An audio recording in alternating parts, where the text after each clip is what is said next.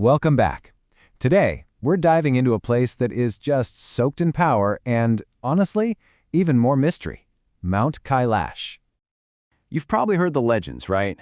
The biggest one is that time itself gets warped here.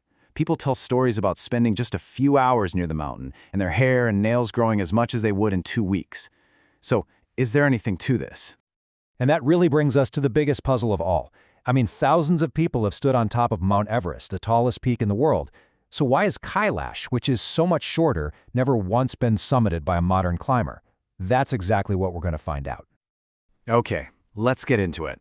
To really wrap your head around why Kailash is unclimbed, you've got to understand that this is so much more than just a mountain. For hundreds of millions of people, it's basically the physical center of their entire spiritual universe. What's just so incredible here is this convergence of belief.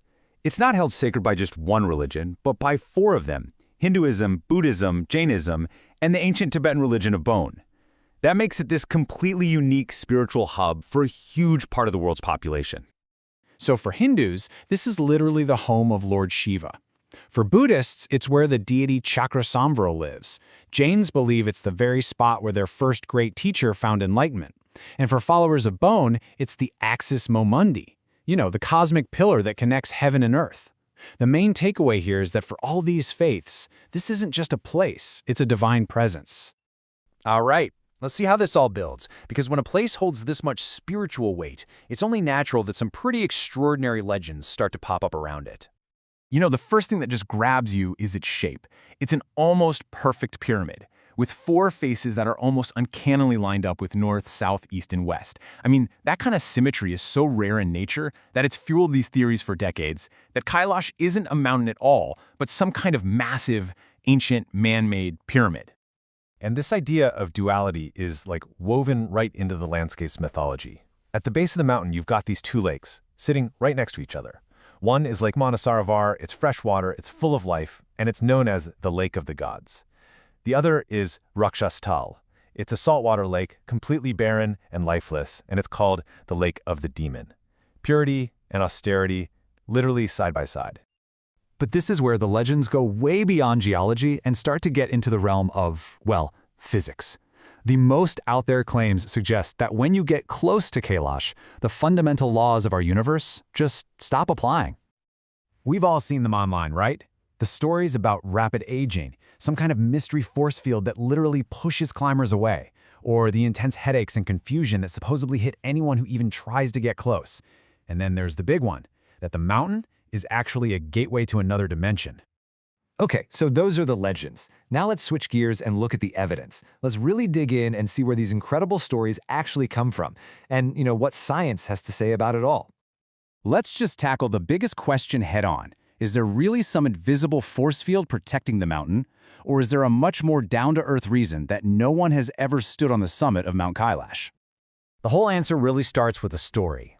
Back in the 1980s, the Chinese government offered a permit to climb Kailash to the legendary mountaineer Reinhold Messner. I mean, this guy's arguably the greatest of all time.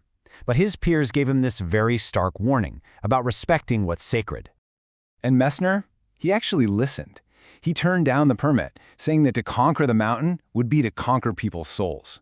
That refusal created this powerful, kind of unwritten rule in the global climbing community. Kailash is just off limits. And that unwritten rule, it became actual law in 2001.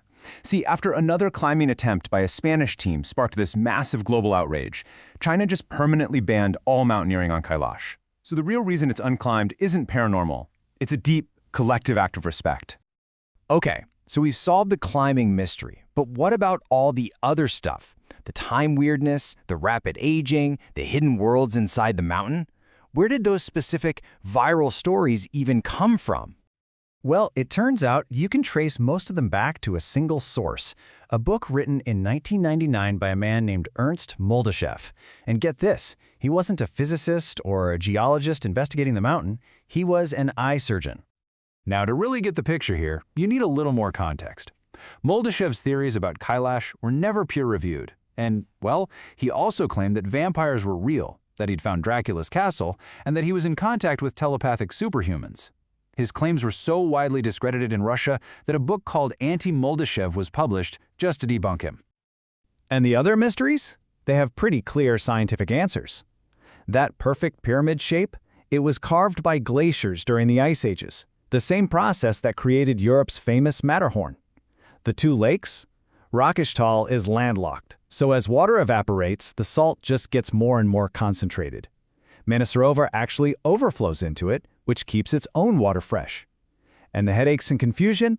Those are just classic, textbook symptoms of severe altitude sickness from not having enough oxygen.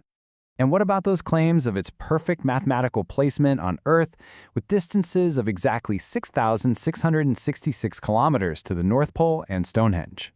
Well, when you actually look at the data, the numbers are close enough to sound cool, but they're just not exact. So if the paranormal claims don't really hold up, does that make Mount Kailash any less special? Does it diminish it at all? Honestly, I think it does the exact opposite. The real miracle here isn't some physical anomaly or a secret portal. The miracle is a human one. It's a choice that we made. I mean, think about it. We live in an age that's totally defined by conquest. We climb the highest mountains. We dive to the deepest parts of the ocean. We fly to the moon just because it's there. But here, humanity as a whole looked at this one sacred peak and collectively decided, you know what? Let's just leave this one alone. And that kind of leaves us with a final thought. Kailash teaches us that maybe the ultimate expression of our power isn't our ability to conquer something, but our wisdom to show restraint. It really makes you ask, in a world that wants to conquer everything, what do we really gain, not by planting a flag, but by choosing, all together, to just